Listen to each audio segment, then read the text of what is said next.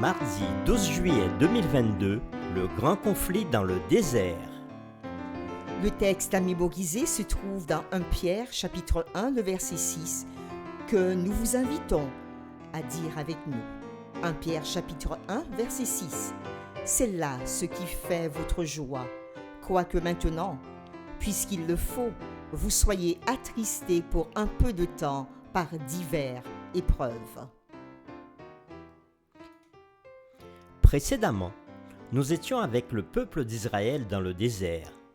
Nous avons vu que, loin de faire confiance à Dieu et à Moïse pour les diriger, le peuple a manqué de foi et a même tenté Dieu en disant « L'Éternel est-il au milieu de nous ou n'y est-il pas ?» Ce texte que nous avons lu dans Exode chapitre 17, le verset 7. Dans cette nouvelle réflexion, nous resterons toujours dans le désert, mais cette fois, c'est avec Jésus. Le texte sur lequel s'appuiera notre réflexion se trouve dans Luc chapitre 4, les versets 1 et 2.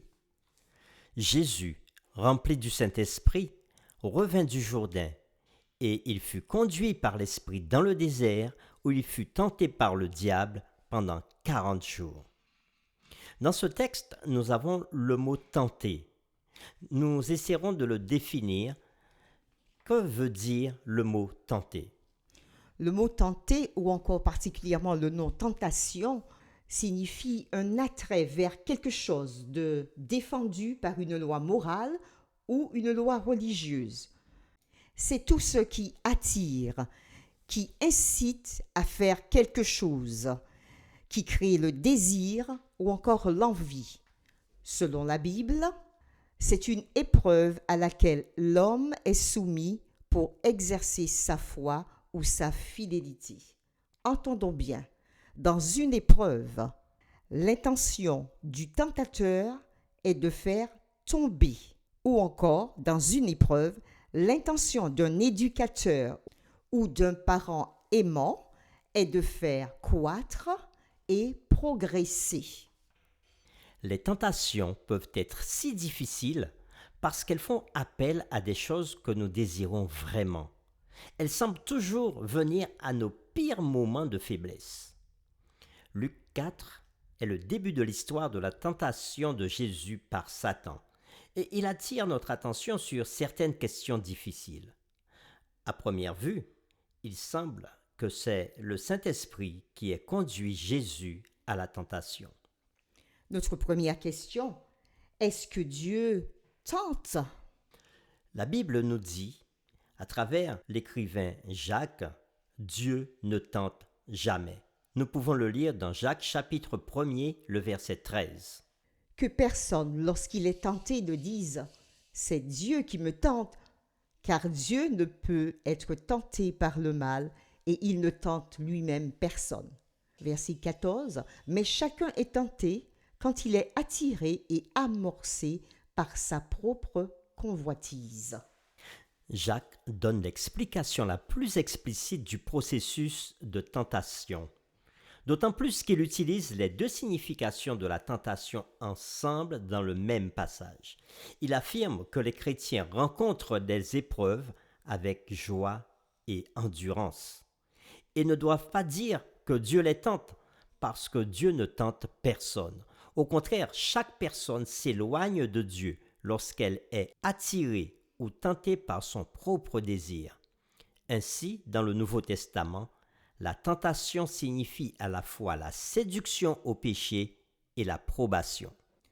Comme nous l'avons vu précédemment dans nos études, Dieu nous conduit à des creusets d'épreuves. Ce qui est frappant dans Luc chapitre 4, versets 1 et 2, c'est que le Saint-Esprit peut nous conduire à des moments d'épreuve qui impliquent le fait que nous soyons exposés aux tentations féroces de Satan. Dans de tels moments, lorsque nous ressentons ces tentations si fortement, nous pouvons mal comprendre et penser que nous n'avons pas bien suivi Dieu. Mais ce n'est pas nécessairement vrai. Un auteur, Ellen White, dans le livre Jésus-Christ, disait « Souvent, lorsque nous nous trouvons dans une situation difficile, nous doutons que l'Esprit de Dieu nous ait conduits. Ce fut pourtant l'Esprit qui poussa Jésus au désert pour y être tenté par Satan. Quand Dieu nous met à l'épreuve, il a pour but notre bien.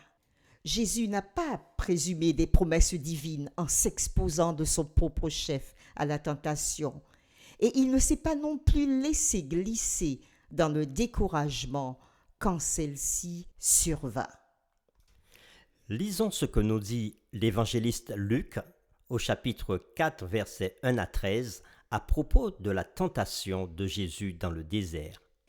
Jésus, rempli du Saint-Esprit, revint du Jourdain, et il fut conduit par l'Esprit dans le désert, où il fut tenté par le diable pendant 40 jours.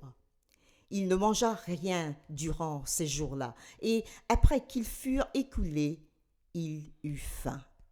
Le diable lui dit: « Si tu es le Fils de Dieu, ordonne à cette pierre qu'elle devienne du pain. » Jésus lui répondit: « Il est écrit, l'homme ne vivra pas de pain seulement. » Le diable, l'ayant élevé, lui montra en un instant tous les royaumes de la terre, et lui dit: « Je te donnerai toute cette puissance et la gloire de ces royaumes, car elle m'a été donnée, et je la donne à qui je veux. Si donc tu te prosternes devant moi, elle sera toute à toi. » Jésus lui répondit: « Il est écrit, tu adoreras le Seigneur ton Dieu, et tu le serviras lui seul. » Le diable le conduisit encore à Jérusalem, le plaça sur le haut du temple et lui dit: « Si tu es le Fils de Dieu, jette-toi d'ici en bas,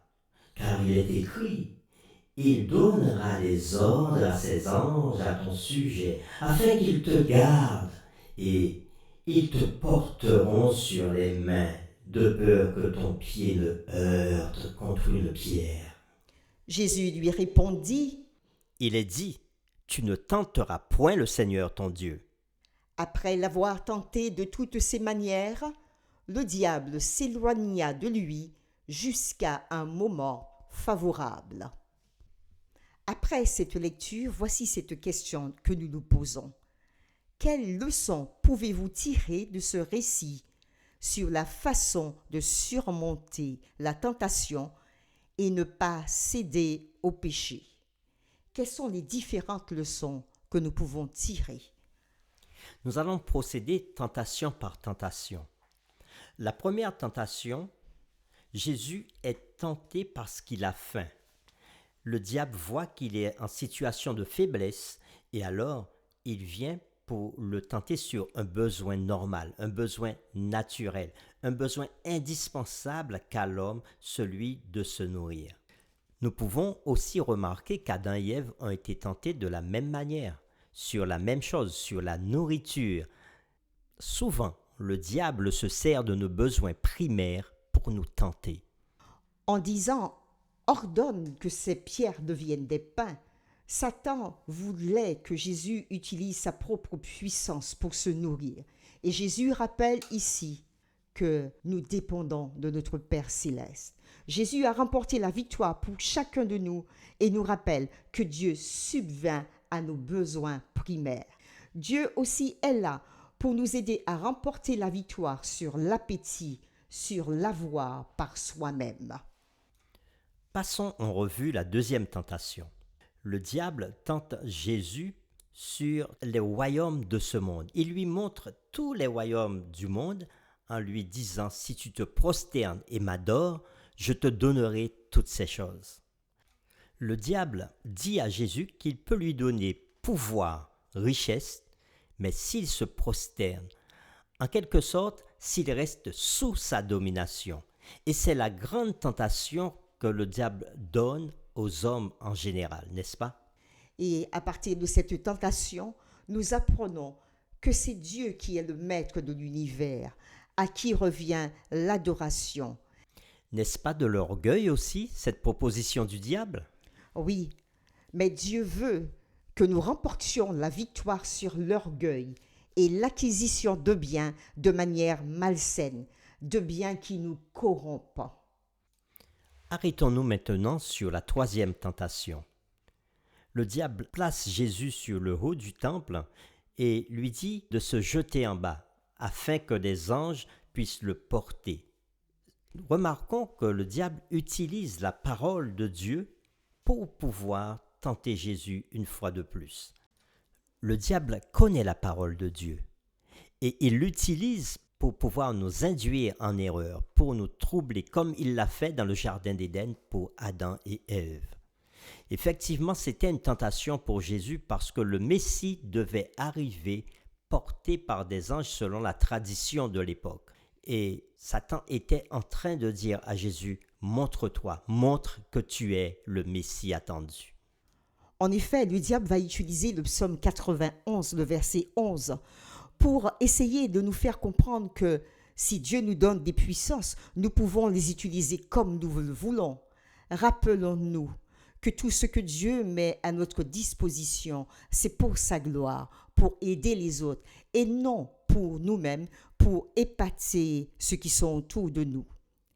La leçon que nous pouvons tirer ici, nous n'avons pas à prouver quoi que ce soit, à être présomptueux. Nous pouvons remporter la victoire sur les apparences et sur le paraître. Pour remporter la victoire face à cette tentation, Jésus a utilisé la parole de Dieu. C'est une belle leçon que Jésus nous montre par son exemple. Il nous invite aussi, pour faire face aux tentations de nos vies, à utiliser la parole de Dieu. D'où l'importance pour nous de connaître cette parole, de la mémoriser, parce que nous aurons besoin des ressources lorsque nous serons dans le creuset de la tentation. Jésus a remporté la victoire sur l'avoir, sur le paraître et sur l'être pour chacun de nous, pour qu'à notre tour, nous puissions nous confier en lui et en sa parole pour qu'en toute tentation, nous soyons victorieux. Parfois, lorsque nous sommes dans le creuset, nous sommes brûlés plutôt que purifiés. Il est donc réconfortant de savoir que lorsque nous faisons face à la tentation, nous pouvons espérer à nouveau parce que Jésus a tenu bon. La bonne nouvelle est que Jésus, étant porteur de notre péché, ayant payé la pénalité pour notre incapacité à endurer cette tentation, quelle qu'elle soit, ayant traversé un creuset pire que ce à quoi quiconque d'entre nous ne serait jamais confronté, nous ne sommes pas rejetés ou abandonnés par Dieu. Il y a de l'espoir, même pour le premier des pécheurs, comme le dit Paul dans 1 Timothée chapitre 1, le verset 15. C'est une parole certaine et entièrement digne d'être reçue, que Jésus-Christ est venu dans le monde pour sauver les pécheurs, dont je suis le premier. Pour terminer notre réflexion, nous vous laissons cette question personnelle. À quelle tentation faites-vous face maintenant? Et nous vous suggérons de passer du temps dans la prière en demandant au Seigneur de vous enseigner comment appliquer les leçons de l'exemple de Jésus dans votre propre vie. Rappelez-vous, vous n'avez pas à succomber à la tentation. Jamais nous n'avons pas à succomber à cette tentation. Rappelons-nous aussi que si nous succombons, nous avons un sauveur. Nous vous invitons à prier avec nous. Seigneur, à travers l'exemple de Jésus que nous venons de voir, tu nous enseignes que si nous restons accrochés à Jésus, si nous gardons notre esprit placé sur Jésus, notre Seigneur et Sauveur, nous ne succomberons jamais à la tentation. Il est bon pour nous de nous rappeler que Jésus aussi est passé par le même chemin que nous. Et cela renforce notre foi. Cela renforce aussi notre espérance en toi, sachant que notre Maître, celui sur qui nous voulons compter, a pu remporter la victoire. Donne-nous, alors que nous sommes tentés chaque jour par le diable, de remporter victoire sur victoire parce que nous plaçons notre foi en Jésus Donne-nous aussi la force d'apprendre ta parole, de la mémoriser pour faire face à l'ennemi lorsque ces moments de tentation viendront, lorsque nous serons dans le creuset. C'est au nom de Jésus que nous t'avons prié. Amen.